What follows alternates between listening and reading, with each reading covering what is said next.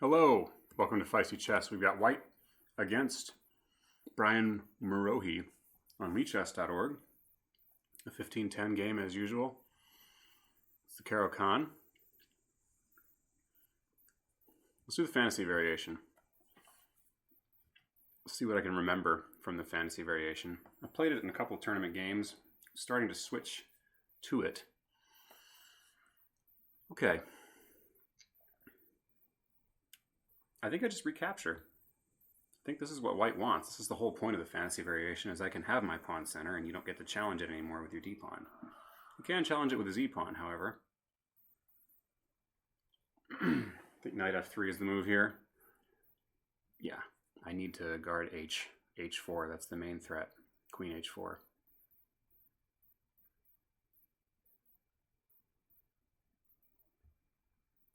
So here we go.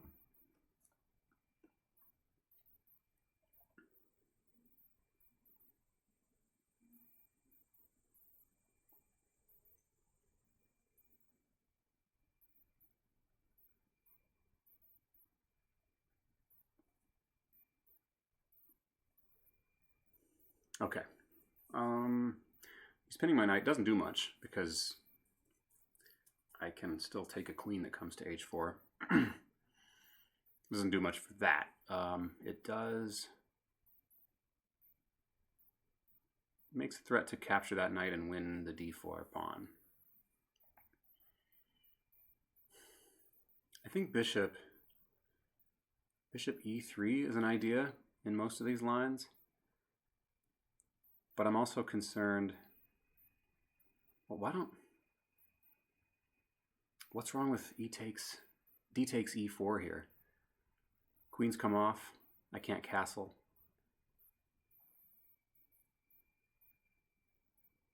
But I got that extra pawn, and I think I can defend it with bishop f4, at least for a time. Is that the kind of game I want to play? Bishop c4 is just an aggressive idea, because if he takes the knight, then I've got a mate threat once I recapture with my queen. So bishop c4, bishop takes knight, queen takes bishop. He can't take on d4 because he's got to deal with f7.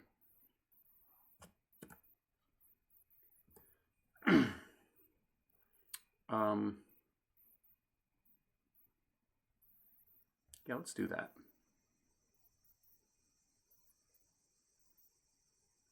And if he wants to take on d4 immediately, I can just recapture with my queen.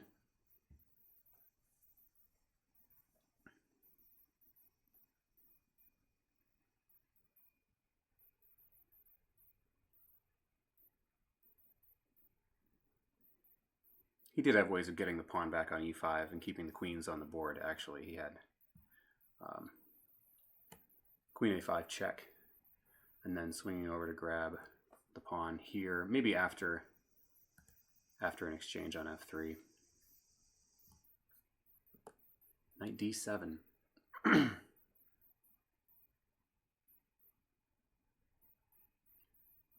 Yeah, that was a necessary move. But now he's not threatening so much. I think it's just time to castle. This is what white wants out of the fantasy variation, like a king's gambit kind of position. With the open f file, semi-open f file, and look at this, my sights are trained on f7 from two different angles. Got the big center, at least for now. I'm not down a pawn, however, unlike the king's gambit. So I'm very happy here. I should cross my fingers every time I say that. I can't count the number of times now that I've said that, and then I go on to lose a position that the computer later evaluates as +3 or something. But I'm not going to lie, I am happy with this. I think I'm threatening bishop takes f7 right now. So castling comes with a threat. Okay. He's dealt with that threat. I need to remove my arrows here. I think I can just solidify with c3. Now, he's not really threatening knight takes e4 because my threat's on f7. So c3 makes a lot of sense here.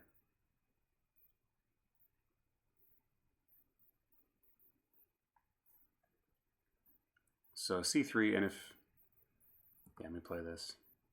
I know this is,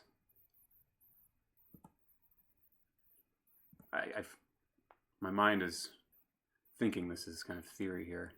Yeah, if knight had taken e4, then bishop takes f7 would be great because of this knight coming in with double check and then ultimately picking up the bishop. And I've got 2 pawns in that whole exchange, 2 pawns up.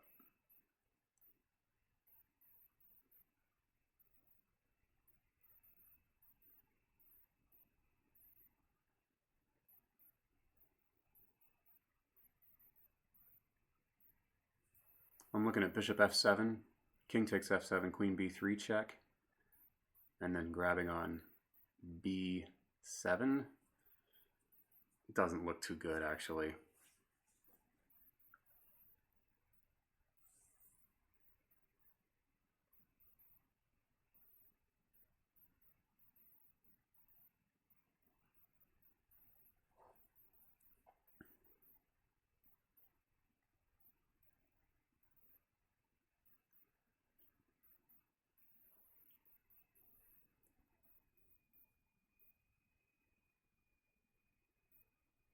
Maybe queen d3 makes sense here.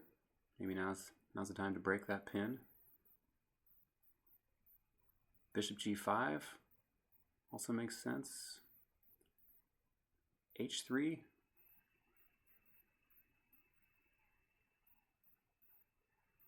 I don't think h3 is necessary.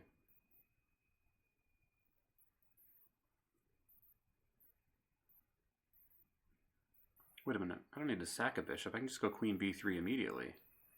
Aren't I just winning a pawn there? He's got a castle. And then I just grab on b3, on b7. He still has his knight here, however. Once he castles, I'm not really winning a pawn. Seems like the most testing variation, though. Unpins my knight. And if he ever takes, I'll just take back with the f-pawn. To the g-pawn, supporting my center.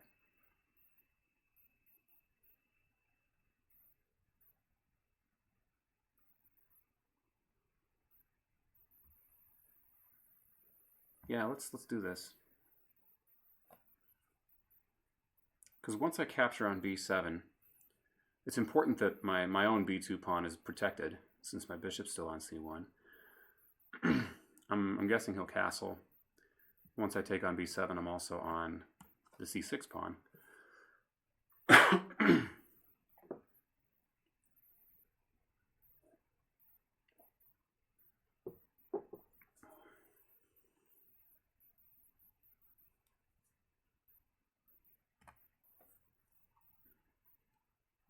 If he does go for e4, I've got maybe knight takes e5, and I'm really piling up on f7 then.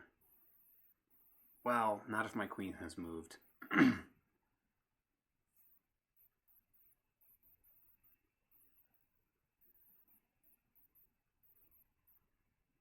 I've got bishop takes f7 right now, rook takes f7, and then I can play a knight to g5, but he can protect.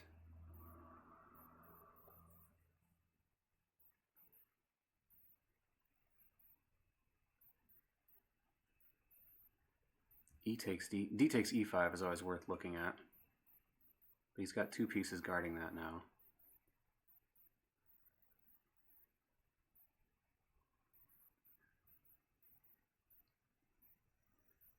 No, my queen on the second rank, though.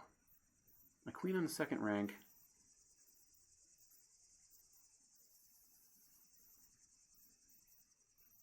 Might actually be relevant for how it hits f7 too. So I'm going to go for this.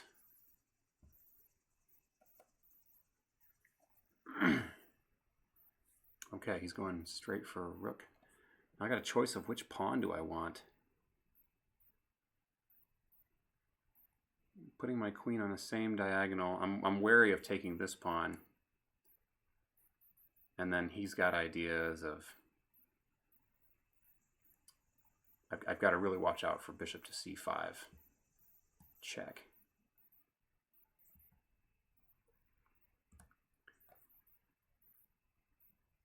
On the other hand, if I take here, he skewers and I have to come back here. But that seems fine. I think I'm fine there. Does he have anything? Queen takes... I've also got a6. But probably b5 is a little better. I'm actually on his bishop. Okay, c6, and I'm hitting that bishop with some tempo.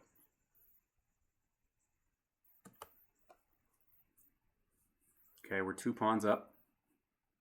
We're also protecting our e4 pawn right now, conveniently enough.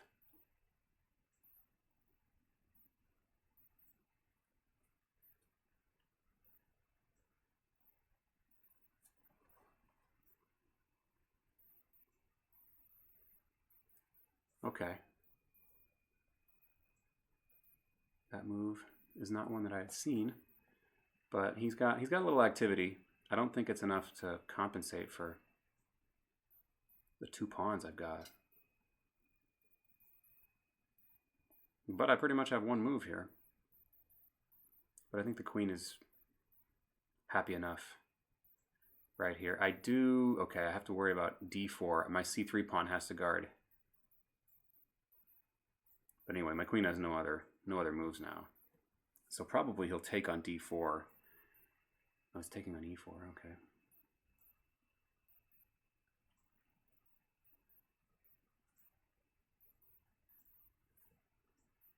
Okay, I think I can get away with taking here, and then some bishop takes f7 ideas.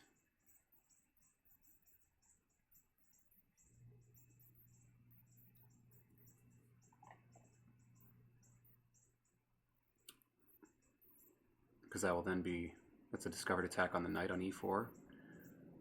I don't want to do bishop takes f7 first, because he does have a check that you can throw it in between and then save his knight, save his bishop and then his knight. So this has to come first. But now the check does look troublesome, doesn't it? If I take bishop check here, king to h8 lands me in some trouble because of knight f2 check. King to h1, sorry.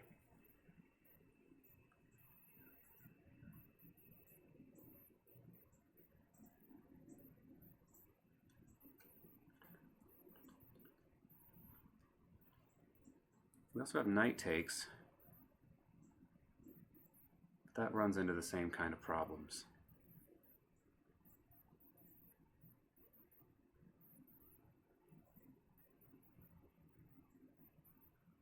Okay, how about we just hit that knight directly with like queen c2? We get out of some trouble there.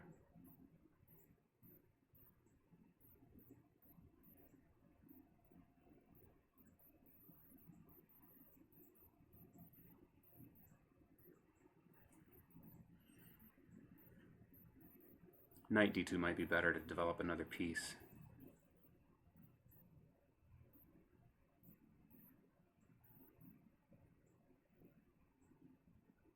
Yeah, let's bring this knight to d2.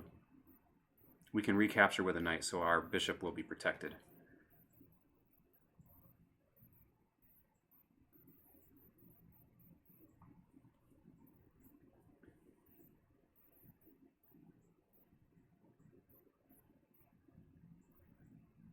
I'm still on a7 with my queen too. That may become relevant. So keeping the queen on the a file might not be bad.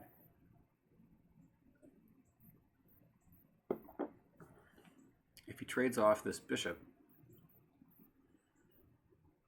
I'll also have, there'll be a loose knight on d7. Not loose, but the knight will have one less protector on d7.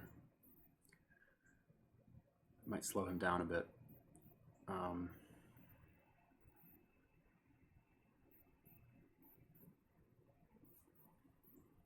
Do I capture with the knight?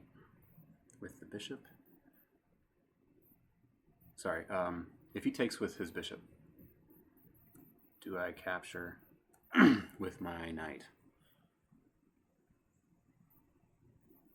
Yeah, I like that idea, because then I can recapture anything here on d4. He could push e4. That could be annoying.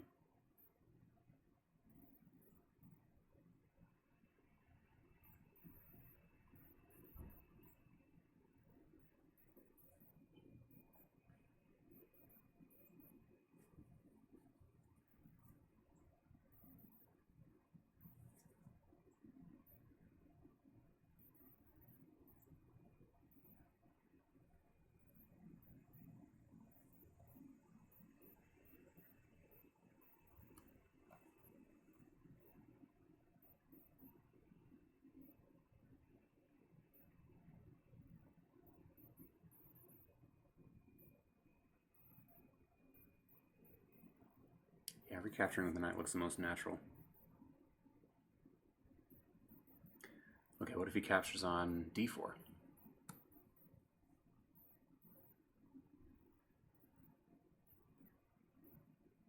Probably should recapture with a knight there.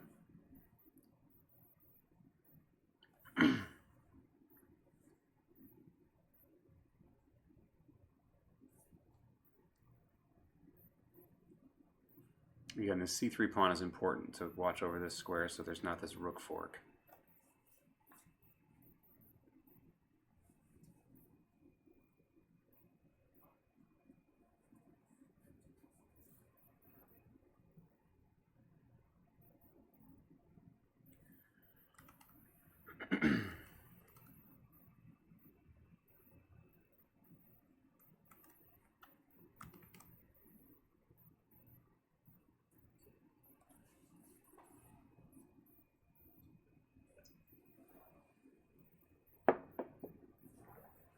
Kind of exhausted. Had a pretty long week. First week of classes to teach, and had a run tonight.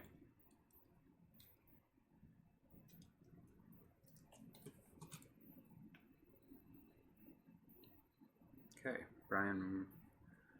I keep wanting to say Murphy. Brian Maroczy is taking his time.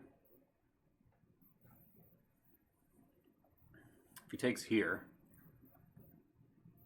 my plan is simply to take with the knight. Keep an eye on that bishop. Because otherwise, he can organize some exchanges to fork.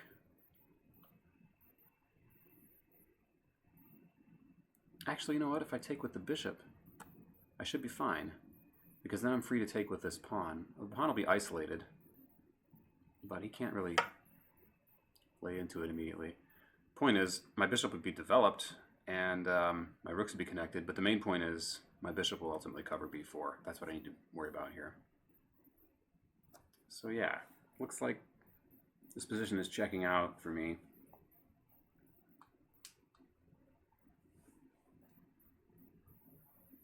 Thinking he might bring his other knight to f6, but I'm happy to trade in that case. And then maybe play knight takes e4, e5. So in the case of knight f6, I'll swap knights, swap a pair of knights off the board, and then take on e5, which looks like just a second pawn.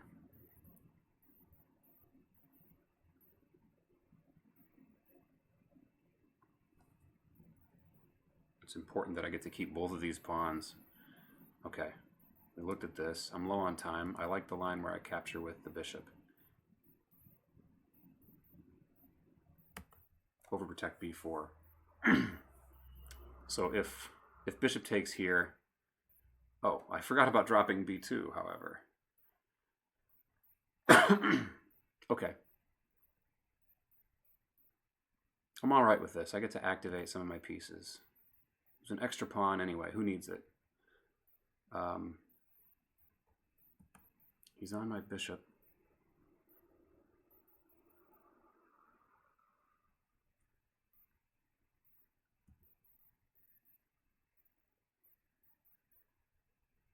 Let's challenge that rook.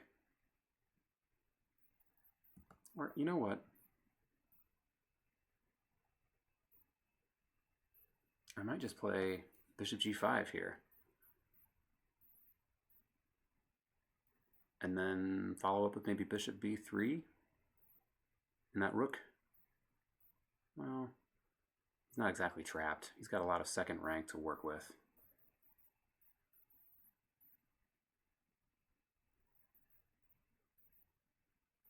He's got maybe queen b6 or queen b8 if I go rook b1 here. Of course, he's got that also if I move my bishop out.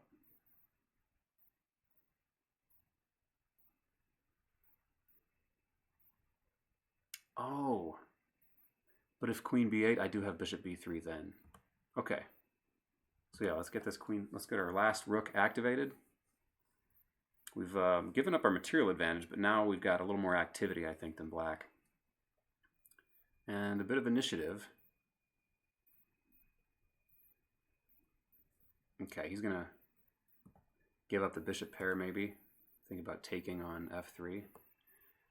All right. Now my king is a little less safe, but my bishops are looking really good on this wide open board.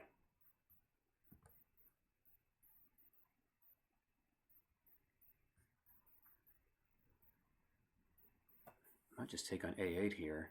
And if he wants to keep the pawn, he's got to take. And then my bishops, well, they're a little bit loose, aren't they? Let's just put a pawn in the center. Keep that knight kind of shut down. He's not exactly shut down, is he? He's got a fork with that knight. Okay. Well, my king's a little loose. I do have a pass pawn. Hopefully that counts for something.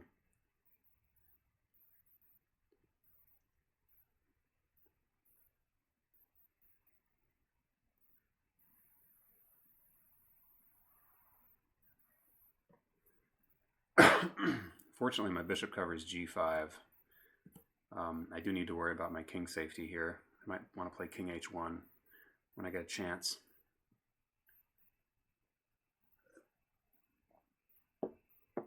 Okay.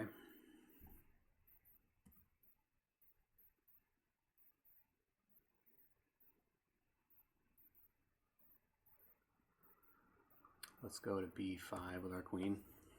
I'll probably just take the bishop.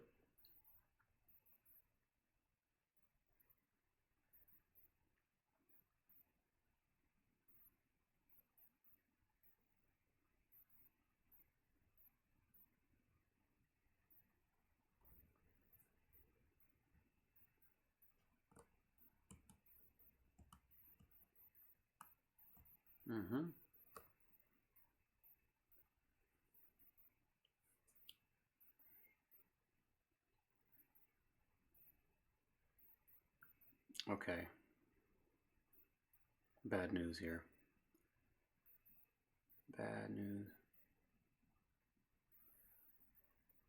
How do I guard h2 but not drop d4?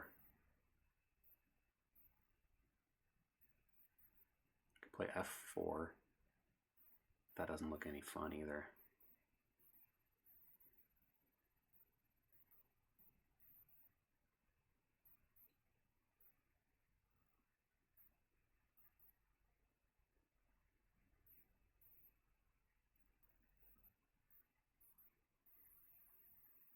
Okay. Well, I gotta drop d4.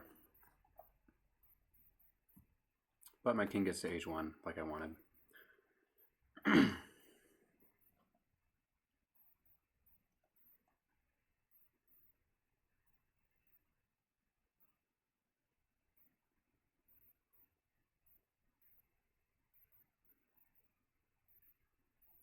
Down a pawn, but few pawns left on the board. If we can trade off queens, I have good drawing chances here.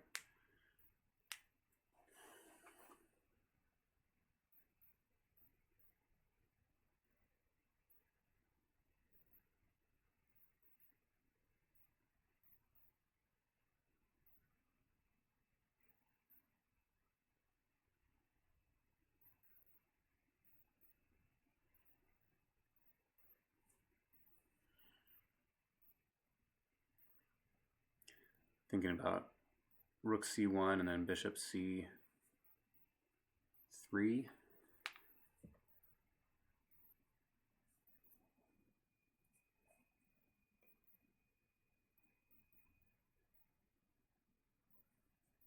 Okay, maybe I can just play bishop c3 immediately.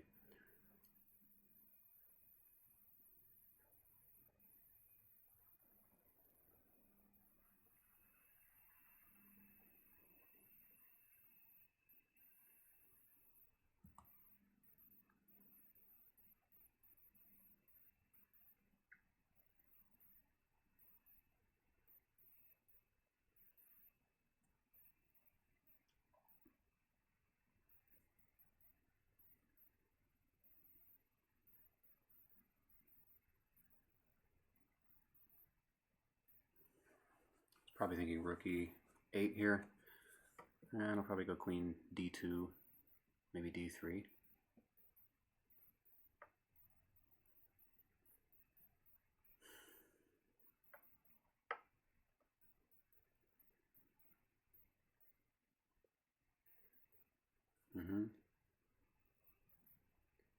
We're hitting the bishop with either of those moves. Queen d1 would hit the queen and the bishop.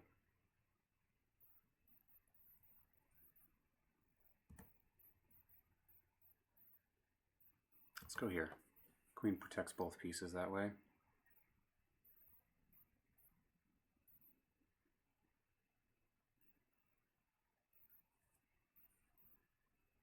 I'm dropping a2, but I've got... Oh, that looks too dangerous to try to take on a7. Queen takes a2.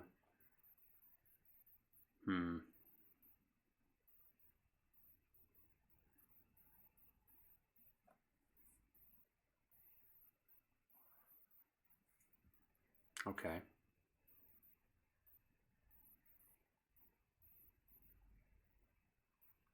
Targeting f3 then.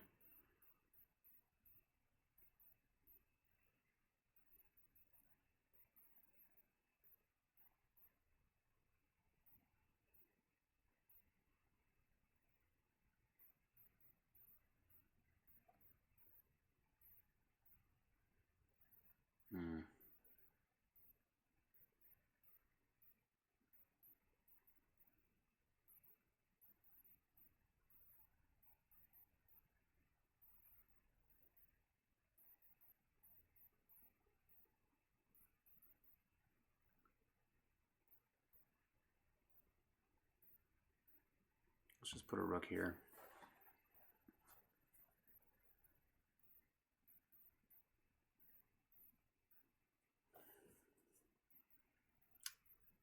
Just a generally good principle to follow to get your rook opposed to the opponent's queen.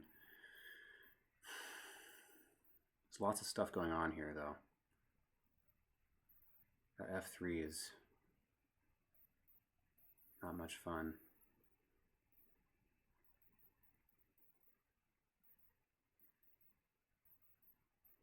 To deal with. I didn't want to go king g2 and get closer to the chaos with my king.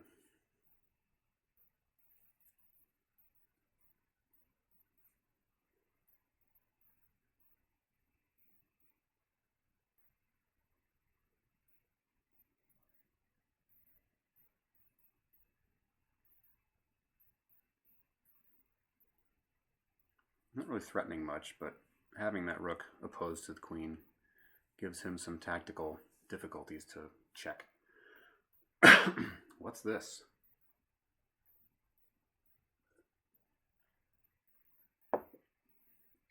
What is this madness? Ah, he has a check he wants to play to grab my rook. But can I not simply play this? No, he uses queen d6 if I drop back here.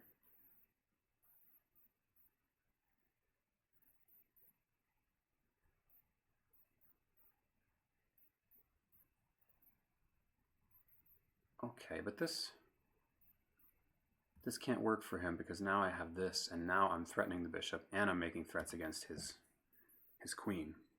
My rook is protected, and now I can grab on g7 if nothing else. He needs to deal with the bishop being threatened, and he can no longer do that with queen h6 because I'll just grab the bishop with my rook. May have gotten a little too fancy there.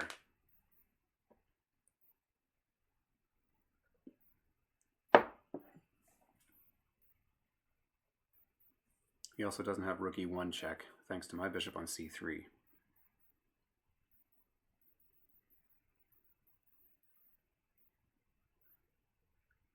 He may just have to deal with an insecure king himself. But mine is actually going to be a lot more insecure because of being no pawn on h2. So probably black is still better here. It's kind of, it's a wild child to try to figure out, but at least I've made it complicated.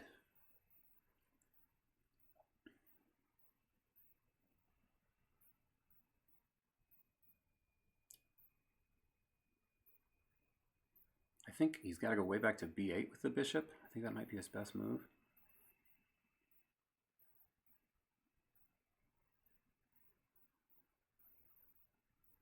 Oh, this loses a bishop. Oh no, no it doesn't. He's looking for that check though, and I'm not going to give it to him. I'm going to play bishop here.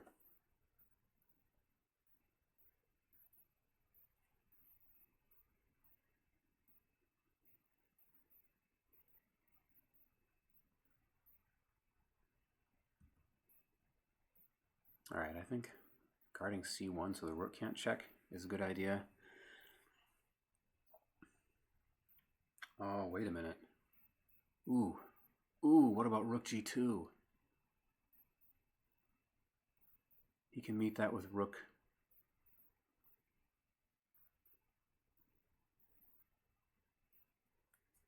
He can meet that with rook d1, rook e1 check. And then I have to drop my rook back to g1. And that's a mate, so that doesn't work. That doesn't work. Okay, let's get the bishop back. Prevent rook checks at least. Fortunately, my rook covers the second rank here. And I'm actually making a pretty big threat of rook g2 right now.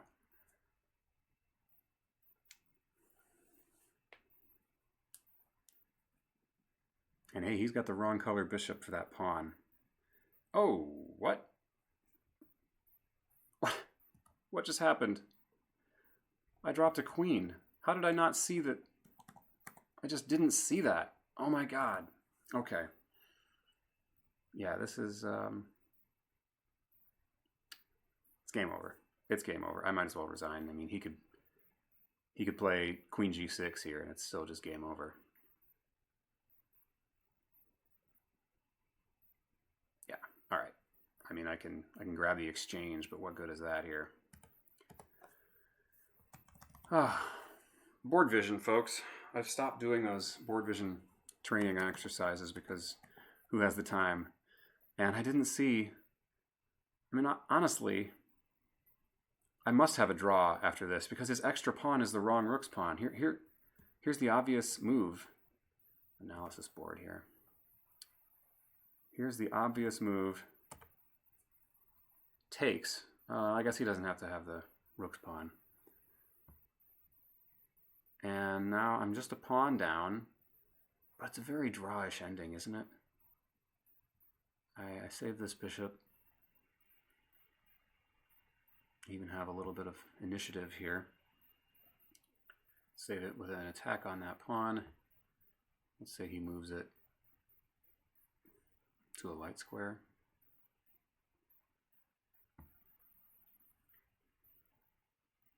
He's got an extra pawn, but there's so few pawns on the board that if I can just trade a couple of them, I should have a pretty easy draw here with the rooks on the board. I mean, not easy, but I should be able to keep a draw. Just missed that my queen was sitting there unprotected. I was looking at all the threats to my king. ignoring my queen. Basic chess geometry. Gosh, I feel like I played a pretty good game up till then. A halfway decent game anyway. I might play another one after this. Maybe I'm warmed up now. Let's look at what the let's look at the analysis from earlier on. Why doesn't this send me to the beginning? Okay, let's go to the beginning. Yeah, fantasy variation really went well. I mean, I didn't cross my fingers soon enough, but I was feeling white has a big plus here. Doesn't like queen b3.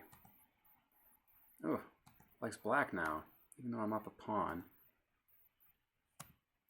Rook b6. Rook a4. Queen a4. Only move. Taking that pawn is the wrong move. Crazy. Well, it does like bishop takes d2 the best.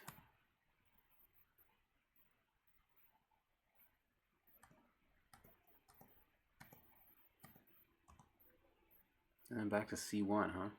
Just kick that rook out of the second rank. Everything's covered on the second rank, so that makes some sense.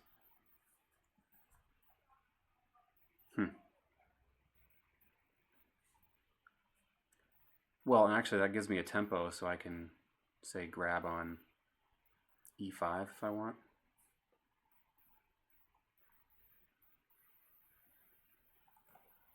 Oh, he's still got knight b6.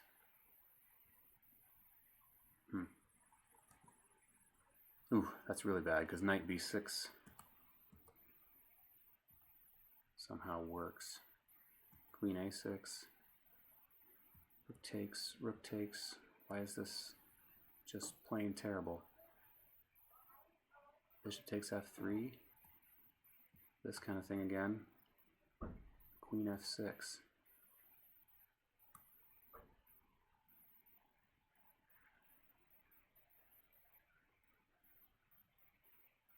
Bishop d3, really? Why not bishop e2? Guard that pawn. Oh, he's on the rook, that fork. Okay. Yeah, this doesn't look good at all. Well, that line was not seen, at least. Still, it really likes black here. +4.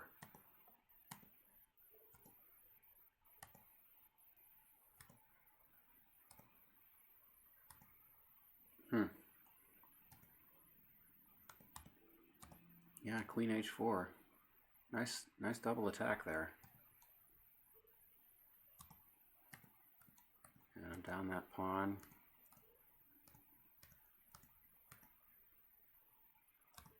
Yeah, it does like bishop takes h2.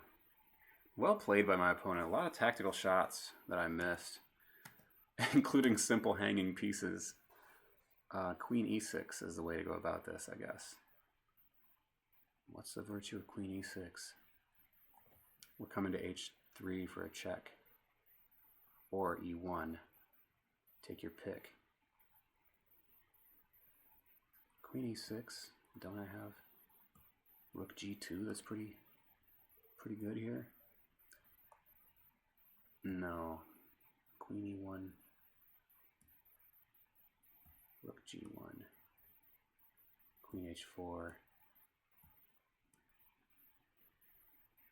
And we're looking at a mate. The old kill box mate. Okay. Yeah, well played by my opponent. Rook e1. The better idea. Trading off rooks.